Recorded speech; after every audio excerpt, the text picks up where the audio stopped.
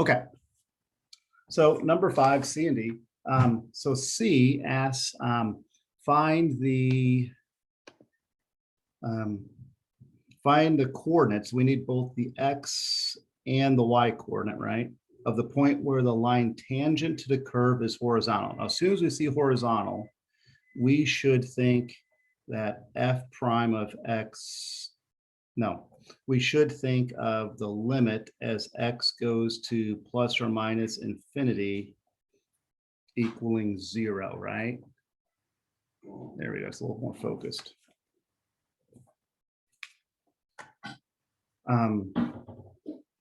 No, I'm sorry. I was thinking horizontal asymptote. We should be thinking of when the derivative is equaling to 0, right? Because that's when a tangent line, tangent meaning the derivative, horizontal meaning equaling 0. Well, lucky for us, they tell us what the derivative is. And so we're just going to set this equal to 0. Now, the only way for a fraction to be equal to 0 is for the numerator to equal 0, right? So I think like in this question, you'd first get 1 point for setting the derivative equal to 0. And then what this means is that y cosine of x has to equal 0, right? Just the numerator has to be a 0. So either y is equal to 0 or cosine of x is equal to 0. Now, lucky for us, they're telling us when y is greater than 0. So that means we're not going to utilize this one because that's y is equal to 0. So that's kind of a bit of a stinker. Be careful of. And then here, x is between 0 and pi. Well, when is cosine equal to 0? Well, it's whenever x is equal to pi over 2, right? And that's the only one inside of that interval where cosine is equal to 0. Well, here's our function right here. I'm going to change the x to pi over 2 and see what we get. So we've got 2y squared minus 6 is equal to y sine of pi over 2. We'll probably bring in the sine of pi over 2, by the way, is equal to 1, right? So we really have 2y squared, and I'm going to bring this to the other side, so it becomes minus y minus 6 is equal to 0. Does that seem okay with you two so far? Is that okay? And then we'll just factor this, right? 2y plus 3 and y minus 2. Again, it's on the no calculator part. So if that's true, this will be factorable if it's on the no. If it was on the calculator part, you just graph and find it, right? So this is whenever y is equal to 2, which is okay because we're said y is going to be greater than 0. And this one would be y equals -3/2, which we would not use because we're told y is greater than 0, right? So if the y value is 2, to get the x value, we would change these y's to 2 and solve for x, which is just some algebra, right? And that gives us an x value of pi over 2. If I plug a 2 in for the value of y, right? If I did 2 times 2 squared minus 6 equals 2 times the sine of x, so this would be 4, 8. 8 minus 6 is 2, divided by 2 is 1. You know, so when does the sine of x equal 1? At pi over 2. So is that good, Cliss, on that part? Okay. Now, part D was just nasty. Really, really awful. We're trying to find out if f has a relative minimum, maximum, or neither at the point found in part C. And we know that, you know, if you're a max or min, you got to be at a critical number. Critical numbers are when the derivative equals 0. So we kind of have already found, you know, a critical number here. We just got to find out if it's, you know, at a max or min. So one way to do it is if we plugged in points, you know, made a sign chart and look for where the derivative goes from positive to negative. But I think that's going to be kind of hard with this one because there's a lot of critical numbers here. We have x's and y's, and it's going to be awful. I think what we're going to have to do is find out when the second derivative, find out the value of the second derivative, right? And if the second derivative is positive, that means we're concave up and we're at a minimum. or if the second derivative is negative or concave down, so we'd be at a max.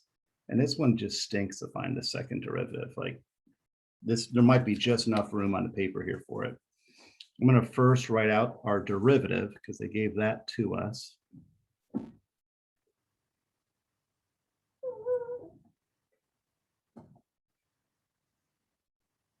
Okay, so we just have to find the second derivative, which means we got a quotient rule going on here.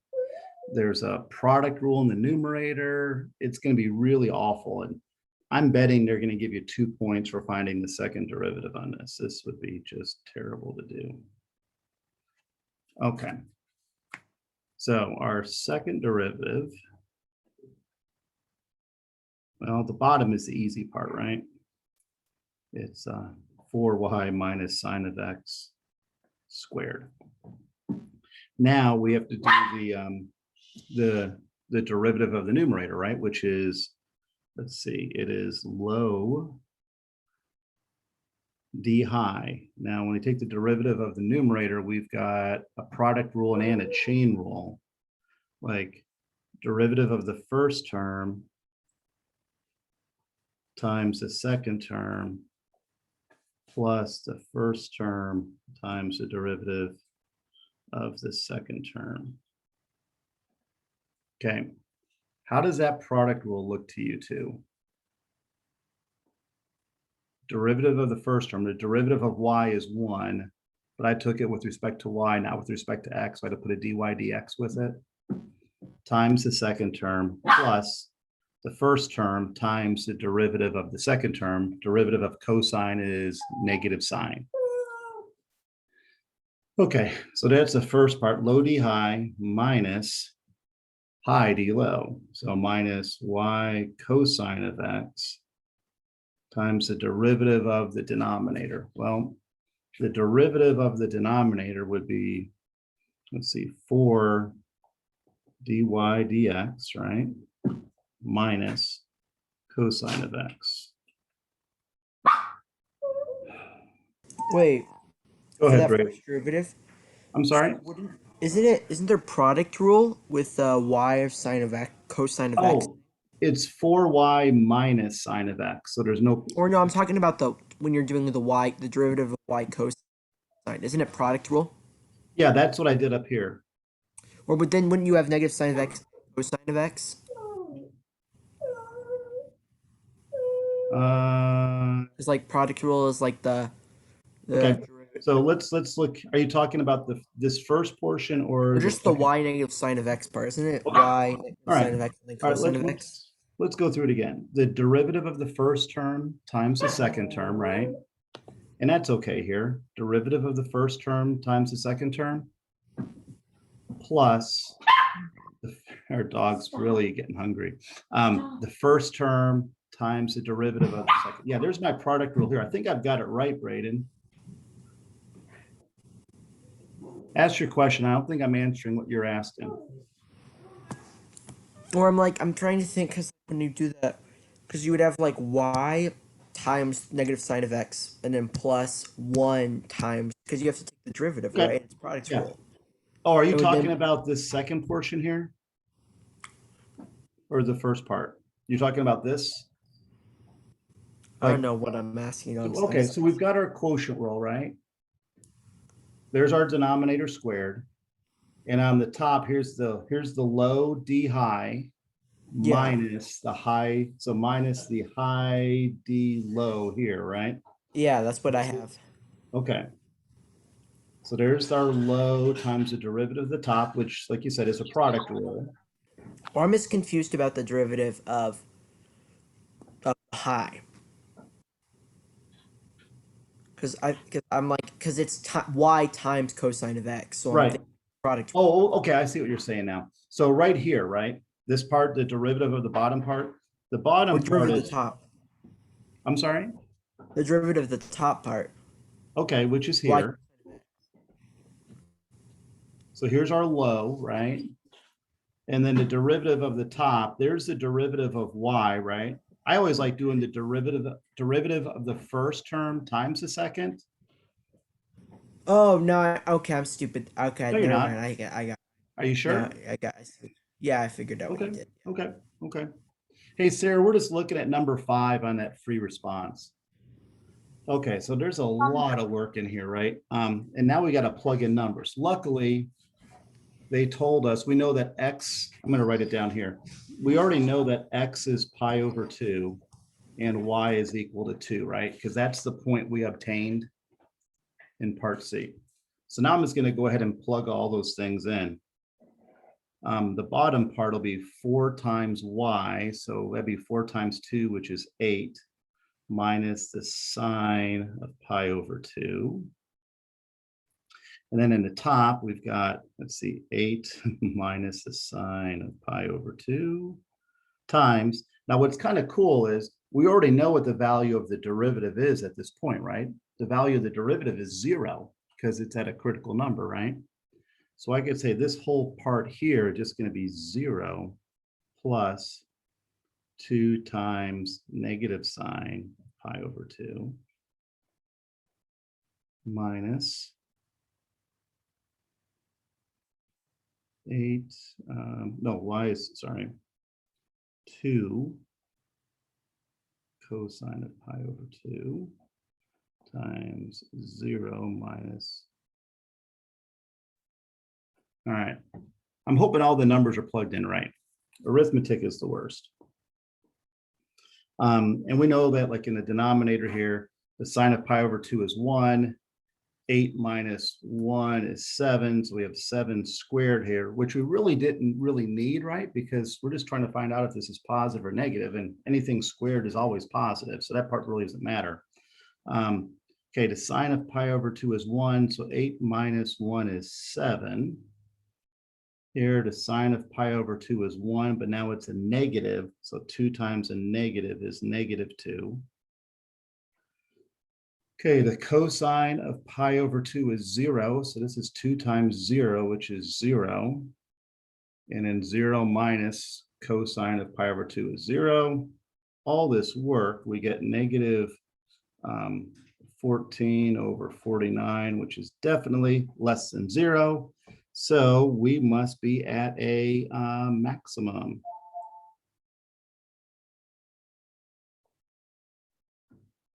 Ugh, that was just awful. I feel really bad for the people that had to do that second derivative. Like I've never seen one that messy before in my life.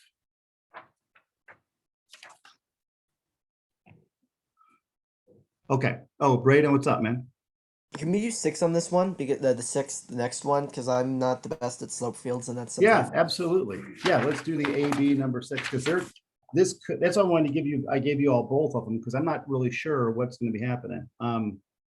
Okay, part A. Okay, so we're reading this. A medication is administered to a patient in milligrams, and this is how much they get, and it satisfies this differential equation. Oh, at time equals 0, there's 0 milligrams in the patient. Okay, so 0, 0 is our initial condition. Now, here's a slope field, sketch the solution. Well, this shouldn't be too bad because we're at 0, 0, right? And we're just going to kind of follow the curves. I should notice that there's like a horizontal asymptote here, right? One big thing is don't put arrows at the end because we're just not really sure what happens beyond, right? We're just looking right here. And the thinking is, AB kids might have gotten 2 points for just doing that. But that wasn't your question, right, Braden? That was like, okay, got that. Now, this one says part B rather, using correct units, interpret the statement this in the context of the problem. So as t goes to infinity, a of t is equal to 12. So we would say as time increases, as time goes to infinity, right? So I would probably write down as time goes to infinity. Now, A of T, I think that's called the amount of medication in the person, right? That's the context. So the amount of medication inpatient. It's not equal to 12, right? Because this is a limit. So we would say approaches 12. And we need to use the units, right? Milligrams. But that's what part B would be, right? Interpreting it. And then the big deal, like the remaining amount of, like this would probably be just like, I don't know, maybe 2 points because there's not a lot of points in this question. The remaining 5 would be solving this differential equation. So that's what we definitely want to do because that'll be on our test, either multiple choice or free response. We'll for sure have to solve one. So first thing I do is I just kind of cross multiply.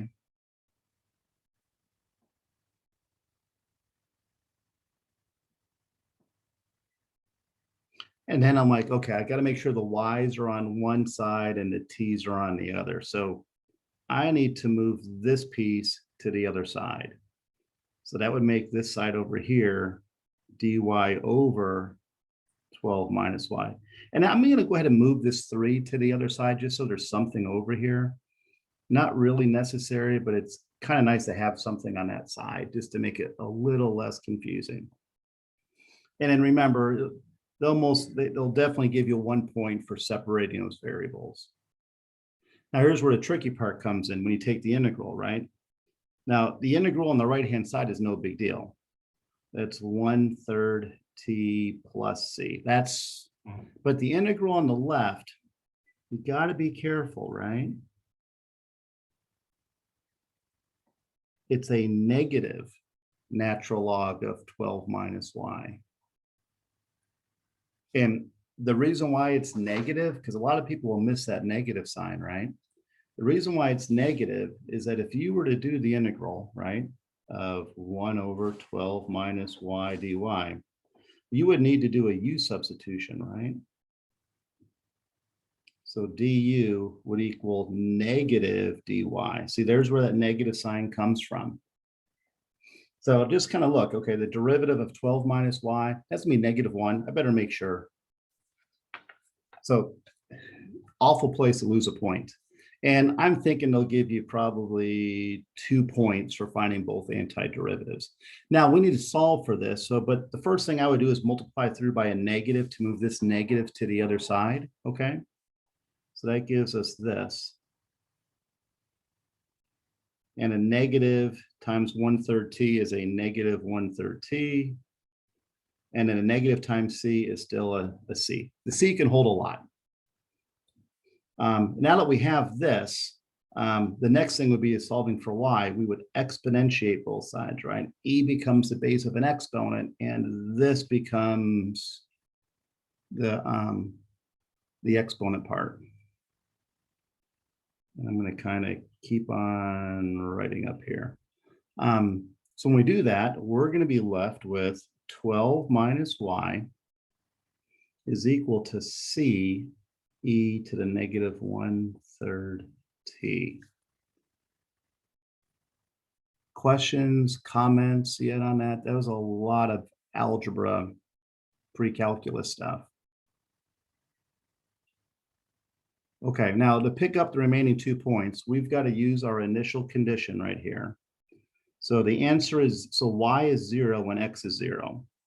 So the y value is 0 when x, or t, I guess in this case, is equal to 0. So we have 12 is equal to just c e to the 0. And of course, e to the 0 is just 1. So our constant is 12. So I'm going to come back up here and rewrite this, but change the constant to be a 12, right?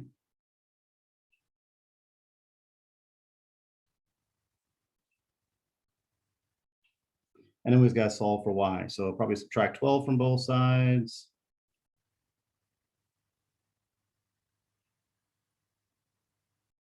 And then I'm probably going to divide through by a -1, which would make that a -12. And this a +12.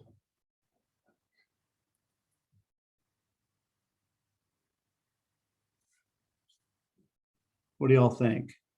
Not too bad of a differential equation to solve. little nasty right here with that negative sign, right? Want to make sure. You have to stop it, you have to like solve for y, or can you just stop You- and find out? Oh, I see. Could you have stopped right here, say? No, it says using, so we need to find out what y equals. So we need to solve for y. Good question, though, because you never want to do more than you're supposed to, because you might make a mistake. All right, so that was number 6.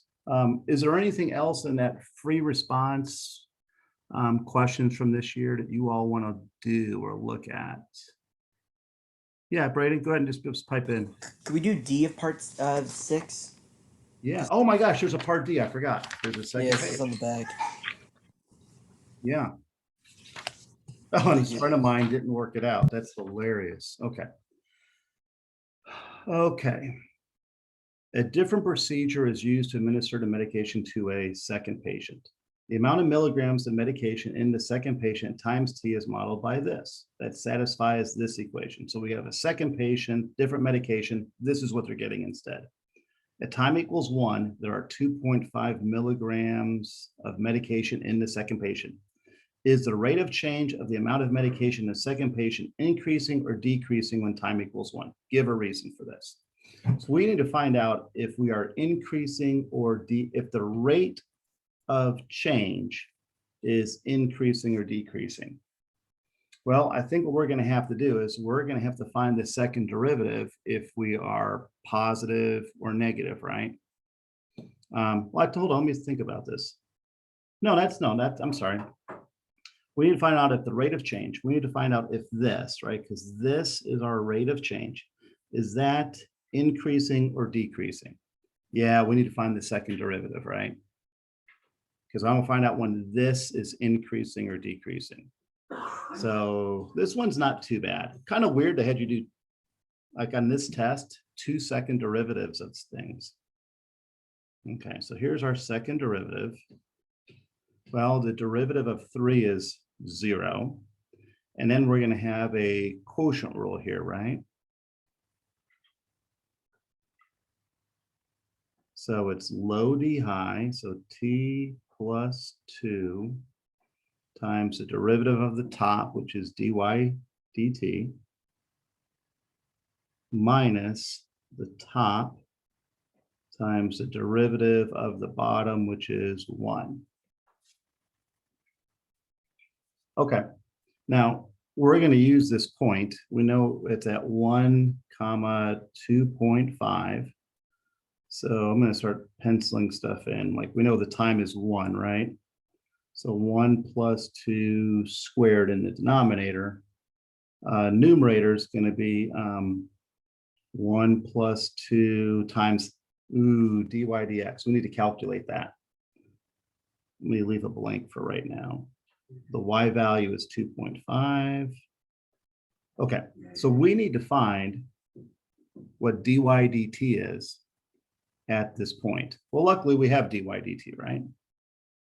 So I'm just going to work it off to the side here. Dy dt at 1, 2.5.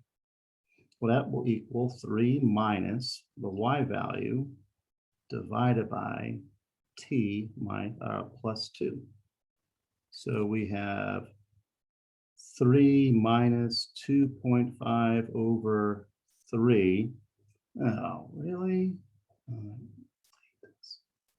2.5. That's really 5 halves, right? So I'm going to write this out as 5 halves, and we're dividing by 3, right? So that's the same thing as timesing by a third. God. So this would be 5/6. 3 minus 5/6. Really? Okay, well, I'm sorry about all this arithmetic on the no calculator part. That just doesn't seem fair. 3 minus 5/6 is really going to be 2 and 1/6, right? Which is really 13 over 6. It's a lot of work for just, I'm betting 1 point for finding the value of that probably. Anyway, I'm going to put in 13/6. I'm going to figure out what this is. We have 9 in the bottom, right? Because that would be 3 and squaring it. 1 plus 2 is 3. So we really have 3 times 13 over 6 minus, no, 2.5. I said that's the same thing as 5 halves. Throughout this is kind of nice. That'll cancel at least. So we're left with 13 halves minus 5 halves divided by 9. Can we all agree that this is going to be positive? I think. So we would say, the rate is increasing at 1 comma 2.5 because y double prime is positive.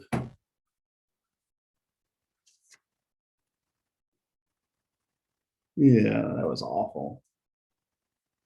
Thanks for having us do part D, Braden. Appreciate it. Oh, well, you know, boy, the AB kids really got hammered on that. Anything else on the BC stuff you all want to talk about, or AB on the rest of these free responses?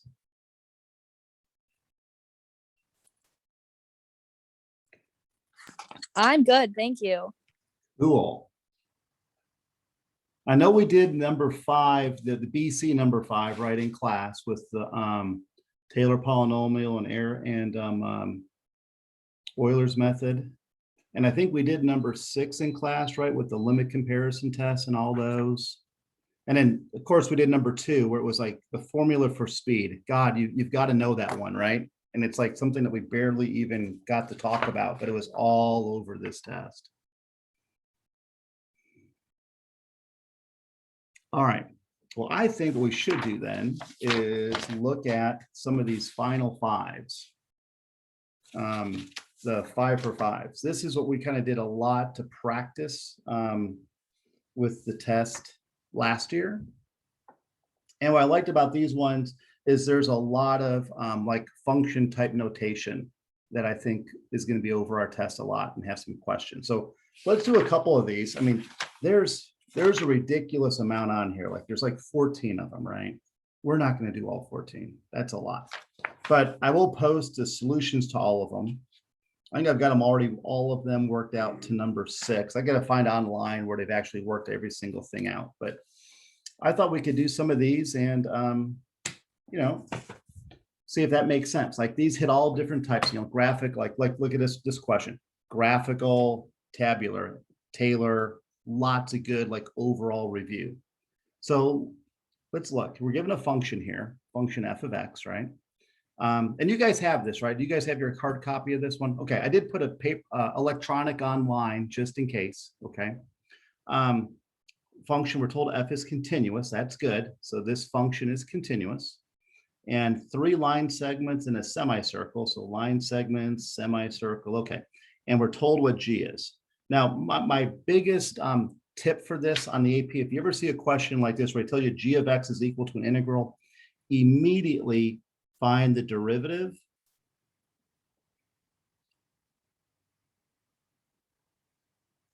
and the second derivative. Just find those. Let's see, the derivative of this would go, this is an awful second derivative.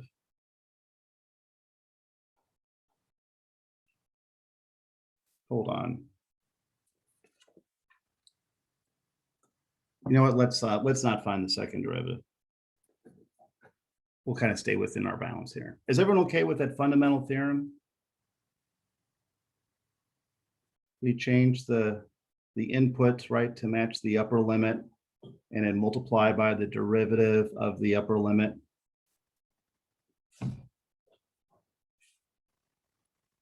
Thumbs up, thumbs down, not seeing it. Okay, Calissa, how about if I wrote out something like this? I said, hey, what's the derivative of this problem? One way to do it is actually to find that integral, which will take forever, and then take its derivative, right? Or the quicker way is to, hey, you know what?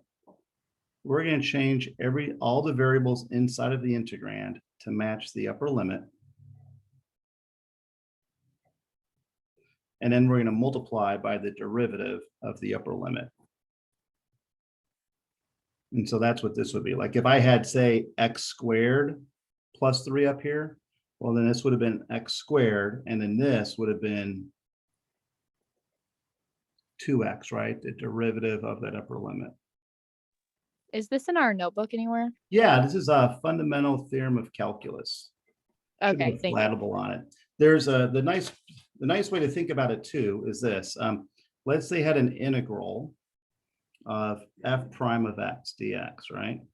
And let's say I went from u to v. I think this is in our notebook too. Would you agree that this would be the same thing as f of v minus f of u, right? That's our fundamental theorem idea, right? Well, if I were to take the derivative of this entire piece, right, this entire thing, well, it would be the derivative of this integral. It would equal the derivative of this times the derivative of the inside, right? I mean, that's all we're really doing here.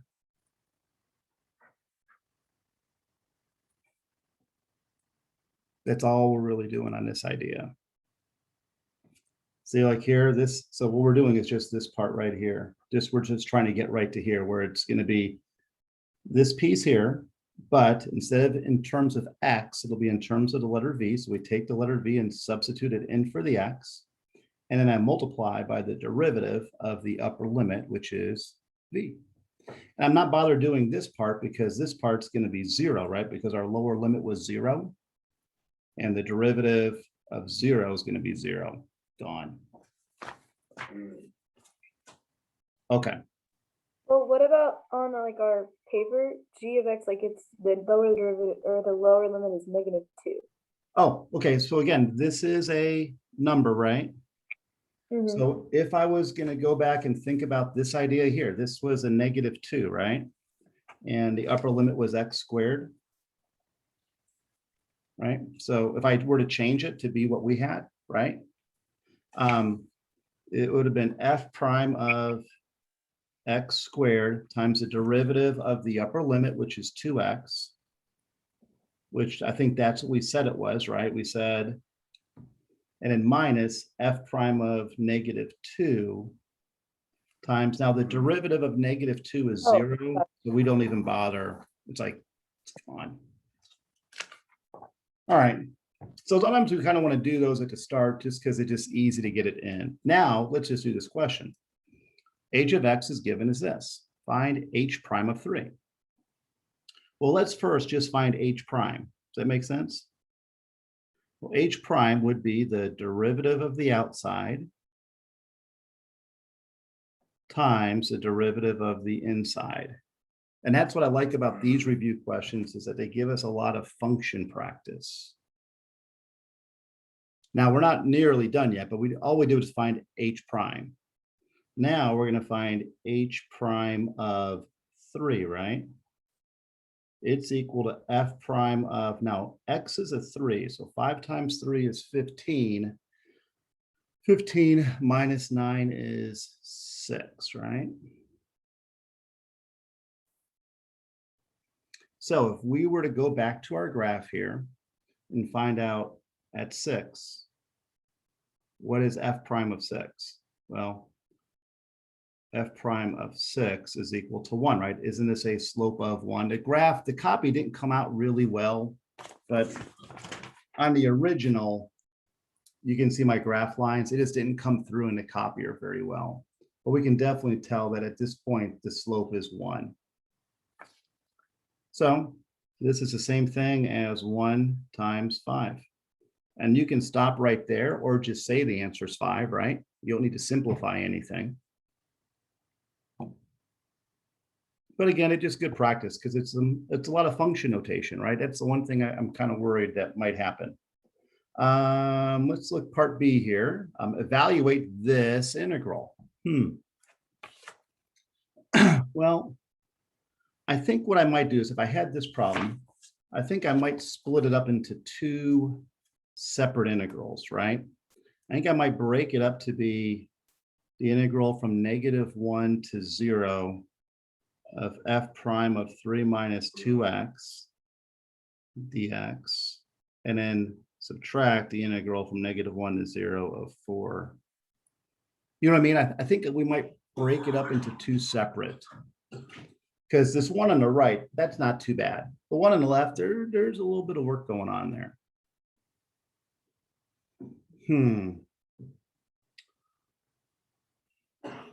Well, hey, Connor, do you want some medicine? No? Okay. Got a sick kid at home. So let's go ahead and think about this integral on the left. I don't like that part. I think I'm going to do a little u substitution and let u equal 3 minus 2x. And that way,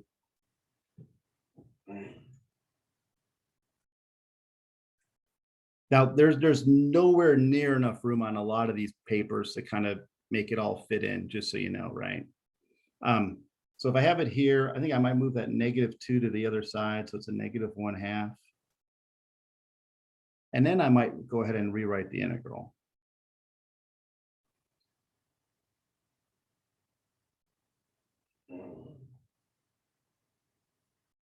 Is that part okay with everyone?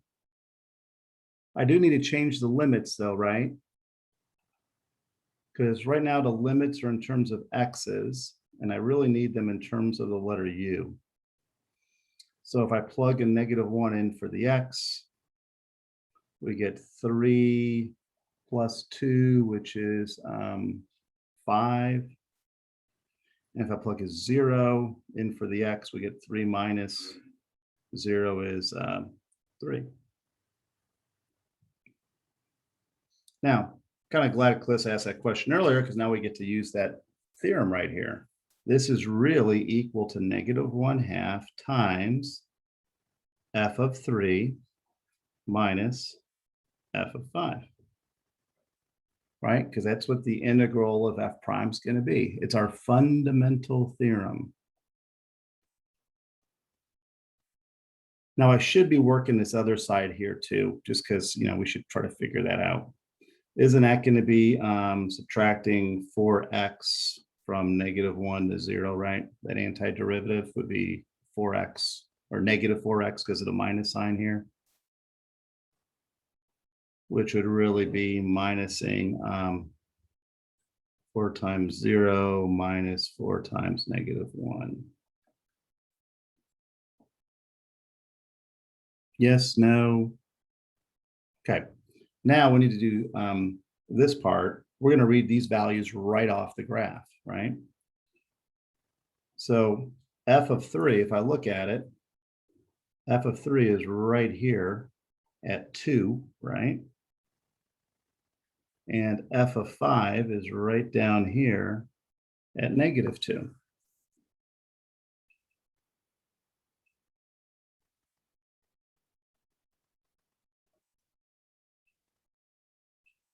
Is that arithmetic all right with everyone?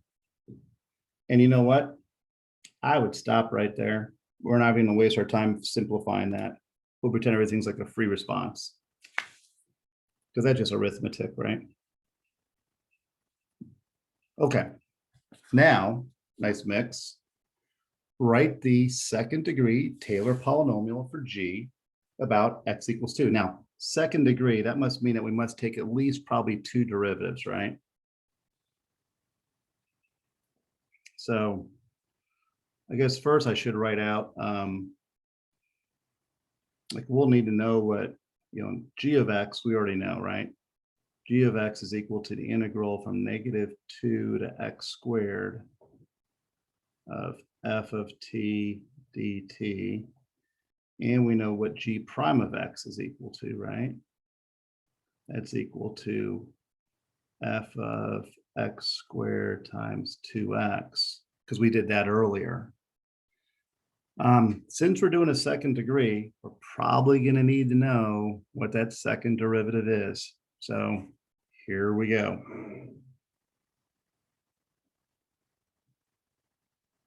Well, we got a product rule, right? So The derivative of the first part's going to be this. There's the derivative of the first part times the second part plus the first part times the derivative of the second part. And like I said, there's not a whole lot of room to kind of fit everything in here. It's kind of like when I was working out my solutions last year, I kind of did them all on like separate pieces of paper just because there's no way there's enough room to fit it all in. Anyway, well, there we go. Now we're doing it at 2, right? So I need to evaluate all of these when x is equal to 2.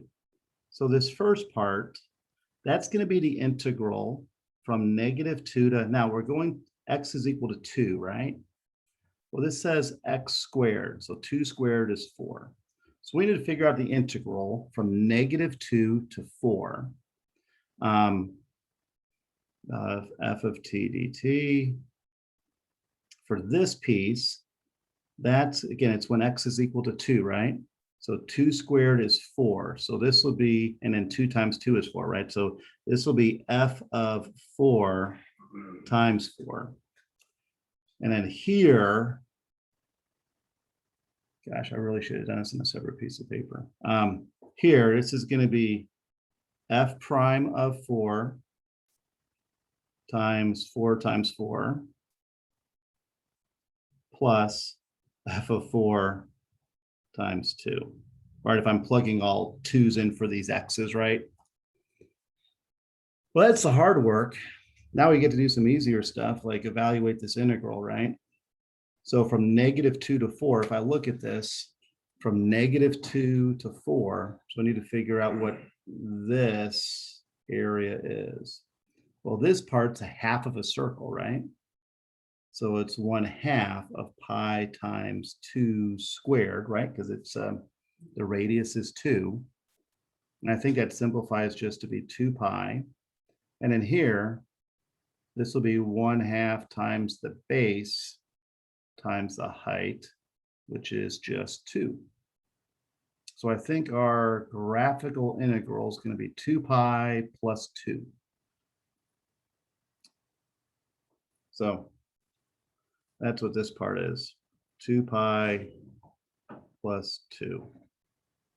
Now, f of 4 times 4 is a little bit easier, right? F of 4, if I look at it, f of 4 is 0, isn't it? So this will be 0 times 4, which is just 0. And then this last one, f prime of 4, well, at 4, I believe its derivative is -2, I think. Let me look at my original picture here. F prime of 4. Yeah, it looks like the slope is down 2 and over 1. So f prime of 4 is -2.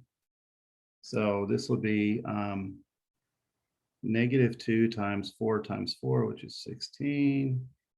And then f of 4 is 0 times 2. So I think this is -32. Okay, a lot of work there, but now we're ready to do the Taylor polynomial, right? And remember the Taylor polynomial, we're doing it for function g, right? So it would have been g of 2 times x minus 2 to the 0 over 0 factorial plus g prime of 2 times x minus 2 to the first over 1 factorial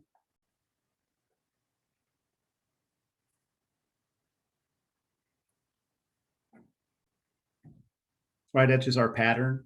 And now we're just going to throw in all the values. Like we already figured out what g of 2 was. G of 2 was 2 pi plus 2, right? Now, x minus 2 to the 0 is 1 and 0 factorial is 1. We don't really need those ones there, right? But you don't need to simplify anything either. G prime of 2, we figured that out is going to be 0. And G double prime, we found out is negative 32.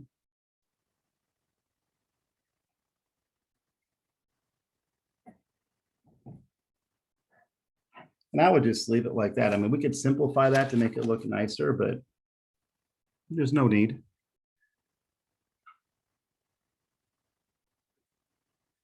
We all think Taylor okay? All right. I want you all to do the fourth question on here, this one.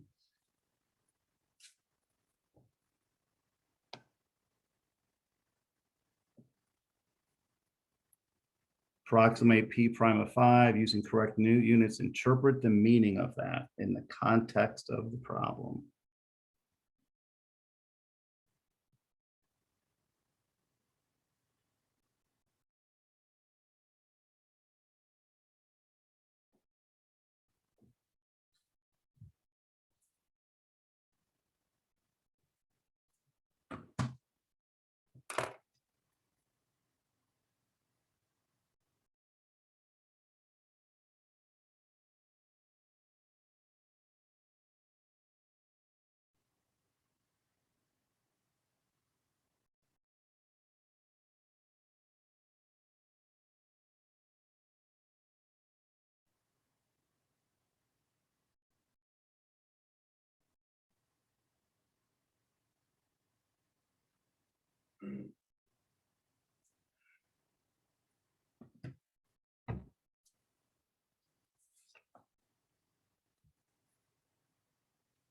Now, when you finish, take a look at my answer and see if you agree.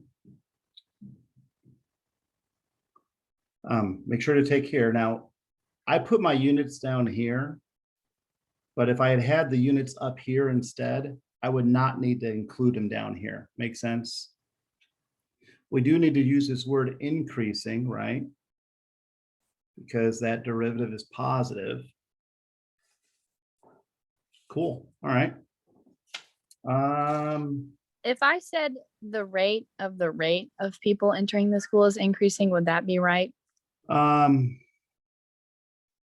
Let's look at this. Approximate P prime of 5, and P is no, you would have to say the rate. You would say the rate of people, because by saying because the true answer should be like the rate of people is increasing, right? So if you're going to say the rate of the rate, yeah, only use one rate, please. I understand where you're thinking, like the rate of the rate, because we are doing a derivative, right? So you could say the rate of people entering the school is 5 halves people per second squared, but I don't know if that would get you enough interpretation points. You know,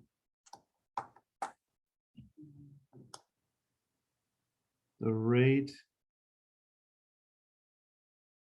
Let me think, Sarah. I think you'd be. I think what they really would want on this one is this word increasing. Interpreting this positive value means that the rate of people entering. Yeah, you could have said the rate of people entering the school is increasing by 5 halves people per second squared. I think that would be okay. But you definitely want to get that word increasing in there somewhere. All right. So if you all try this one out using a left Riemann sum with 3 subintervals, approximate this. And I want you to write this one out like you would on a test, okay? Because I really want to see what people are doing. Because there's a chance for a equal sign mistake.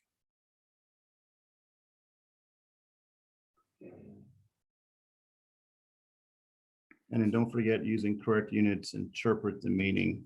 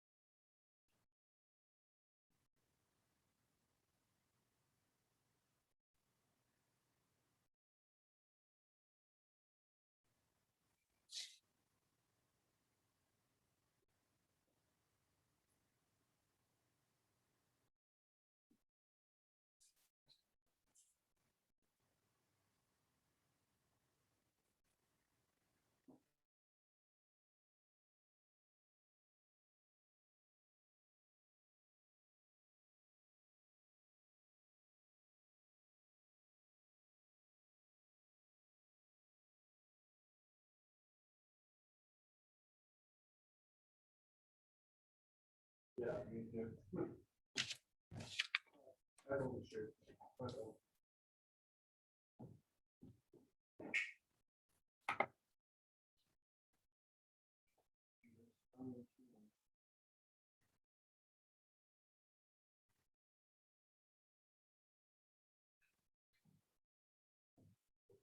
there's a big source of error that you could have. Like on this kind of question, I have seen people write out this. When they'll start doing the LRAM, right?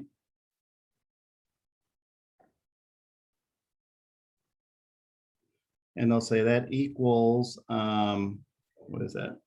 8, 8, and 9, and 10.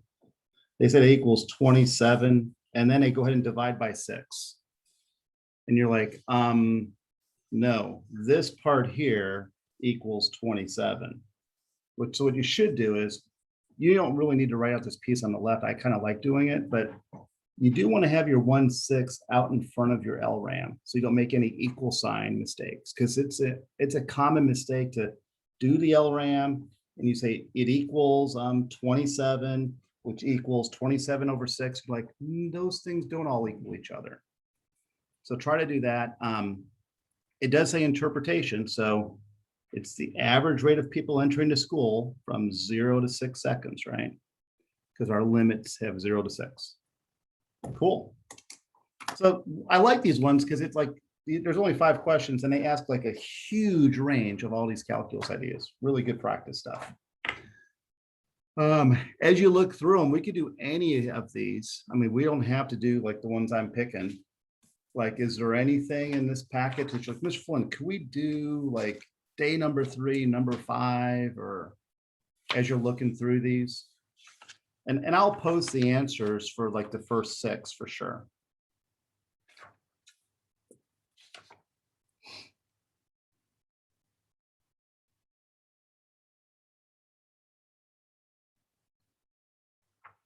But the goal here is not to get people all stressed out, just to kind of build confidence and just kind of practicing things.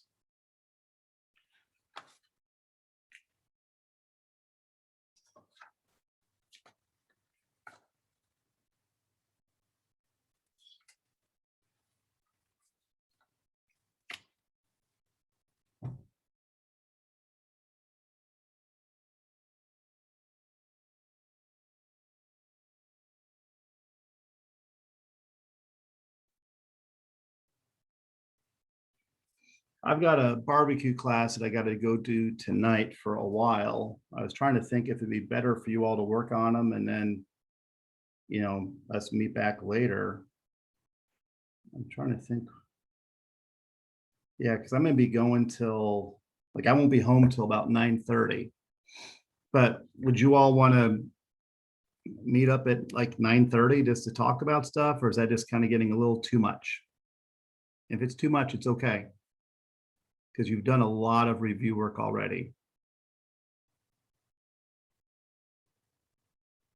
Or do you just want to do another day of these and like another 5 for 5 and call it good, or what do you all want to do?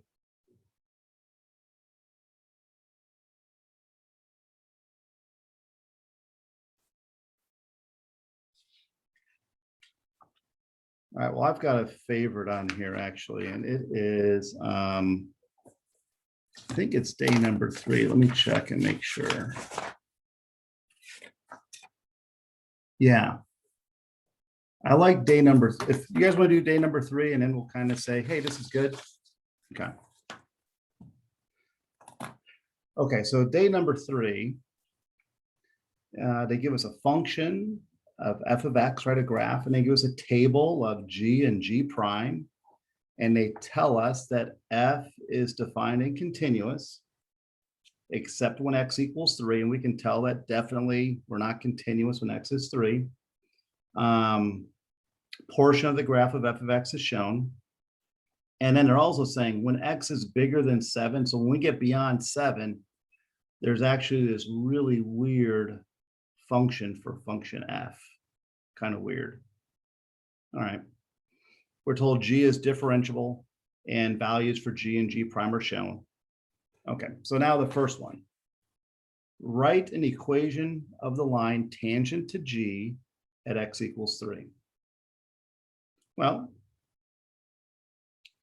first off, when x equals 3, we better find out what G of 3 is. And if I look on my graph table here, I can tell G of 3 is equal to 5. So I think we're ready to write the equation, right? Y minus y1. So we're just going to say y minus y1, which is 5, equals, now m is the slope, right? Well, luckily they tell us the slope is -2. And x minus 3, right? So there's our tangent line. It's not too bad. They also do want us to use that tangent line to approximate G of 2. So now to approximate G of 2, we're going to say y minus 5 is equal to -2 times 2 minus 3, right? We're going to change that x value to be a 2. And we'll just solve for y. -1, +2. So we get 3. Hold on, I think I've got something wrong there. Yeah, it's y equals 7. Oh, you got to add 5. Yeah. 2 plus 3 is 7, right? Actually, I've got 7. Yeah. Okay, good deal. Now part B, and hopefully we're not making mistakes on part B. We want to find this limit. So the first thing we do is we plug in points, right? We'll plug a -1 in. Well, that gives us a 0 in the bottom. In the top, if we go from -3 to, now x is going to -1, right? So -1 squared is +1. So we're going to go from -3 to +1. It turns out that's going to be an answer of 0 from -3 to +1. Because you can kind of see these two triangles, right? So since that's the case, we can apply L'Hopital's rule. And remember, when you do L'Hopital's rule, you have to say, since the limit as x approaches -1 of that numerator,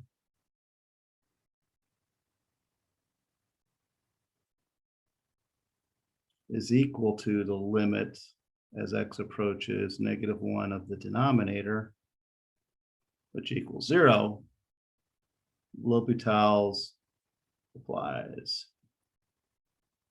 Right? Like we've got to make sure to get that statement down, or else we're just not going to pick up the points for it.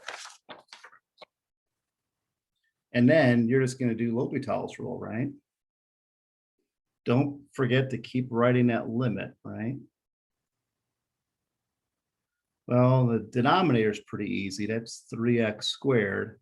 Now, the derivative of the numerator, that's going to be a fundamental theorem, right? It's going to be f of the upper limit times the derivative of that upper limit, right?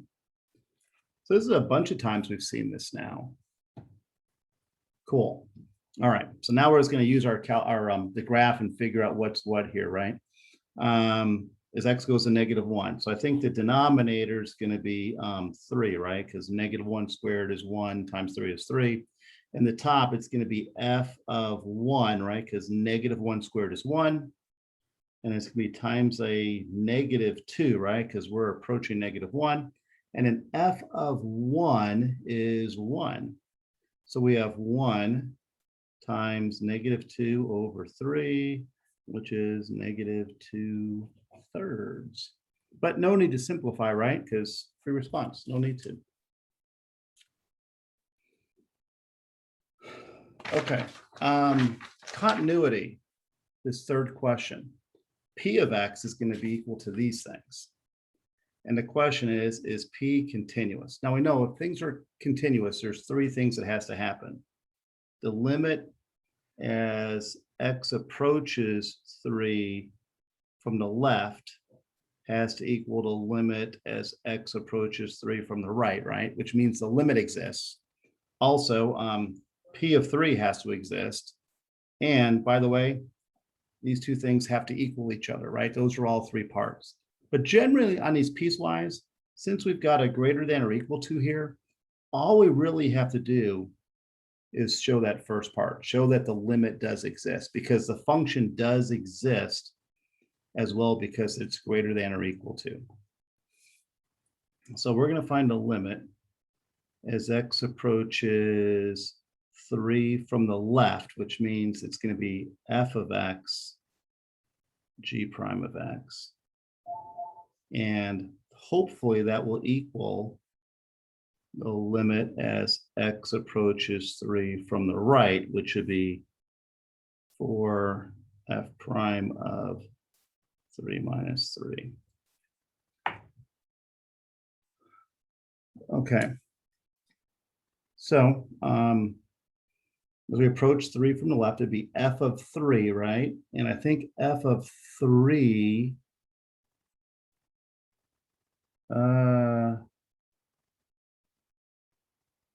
f of 3, I've got a problem here. Oh, as we approach, so we're approaching 3 from the left, correct? Let me kind of move up to the graph here. So we're approaching 3 from the left-hand side. As you approach 3 from the left-hand side, that limit is going to be -1, isn't it? And in g prime of 3, g prime of 3 is -2. Now, we're hoping that that equals this other side, right? Now, f prime, now 3 minus 3 is 0, so f prime of 0. F prime of 0, I think that f prime of 0 is going to be 1/2. So we end up with 2 equaling 2. So the answer is yes, continuous at x equals 3. But you think about that, this question had continuity on there, it had piecewise graphs, it had tables, lots of things all in one thing. Okay. Just two more here. Number 4. So when x is greater than 7, f of x is positive. Let R be the region bounded by the graph of this, the horizontal line y equals -3, and the vertical lines x equals 7 and 12. So we're making a region. And the region is the base of the solid. For the solid, each cross section perpendicular to the x-axis is a square, right? But do not evaluate an integral expression for this. Well, I think we should try to draw the graph of this thing, right? Now, we're told it's bounded by the lines x equals 7 and x equals 12. So here's x equals 7, and then here's x equals 12 further down the line. We're also bounded by a horizontal line y equals -3. So here's -3. Now, what's weird on this is it's the function f of x, right? Now we're told right here that f of x is greater than 0. So f of x is doing something over here.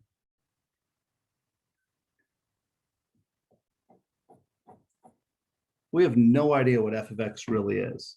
Like they tell us in the beginning part of the problem, they tell us what f of x is about, but we have an a there and a p there. I'm not sure what to do with those.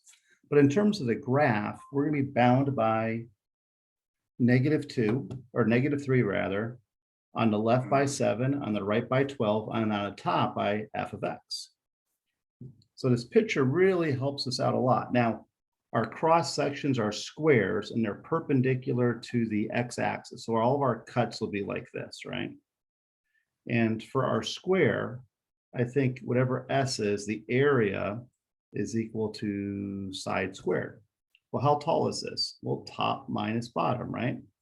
So it would be f of x minus the -3, right? Top minus bottom. Yeah, Calissa, go ahead, please. Can you say f of x for this specific function, or would you have Yeah. to put in the text that No, it we said? can, because they're telling us here the graph of f of x. So they're actually specifying Okay. f of x? Great question. So I'm going to say the area of that's going to be the top minus the bottom squared. And then dx, and then we're going to integrate that from 7 to 12.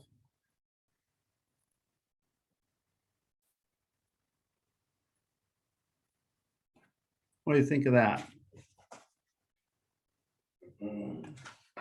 Not too bad, you know. Okay, last one here, number 5.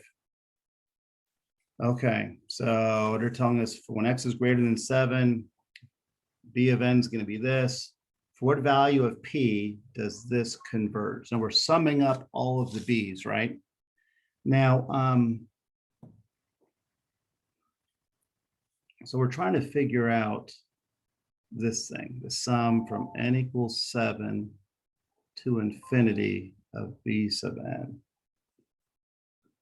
Well, we're told b sub n is equal to f of n. So this is the same thing as n equals 7 to infinity of f of n, right? Now, earlier in the problem, they told us that's what the function f of x is, right? This awful thing. So I'm going to rewrite this from n equals 7 to infinity of alpha divided by x to the 3p plus 2. Now the question says, for what values of p would this converge? We should automatically, hopefully, think p-test, right?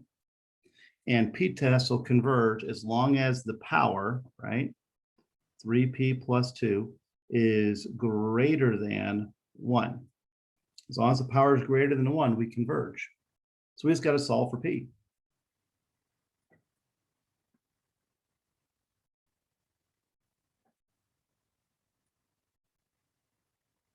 And negative, oh gosh, negative 1/3.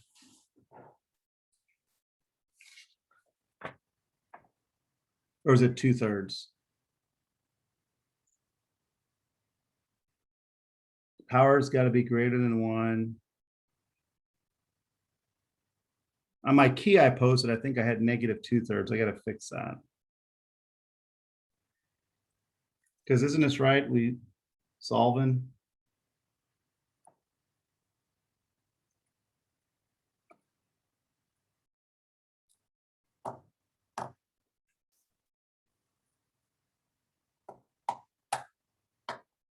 All right. Well, is this enough for you all? Do you want to? Okay. Well, I will post the solutions for these other 5 for 5s. I think I've got the first 6 worked out. I'll look online and see if I can find the other ones already worked out too. But good luck to you. Keep an eye out for a letter. I sent you all a letter like about a week and a half ago. Don't open it till today. So you'll all do well. I know you'll do well. So charge your calculator, charge your batteries, be all set. Okay. All right. Good luck. See ya. Thank you. You're welcome. All right. So I'm gonna stop sharing.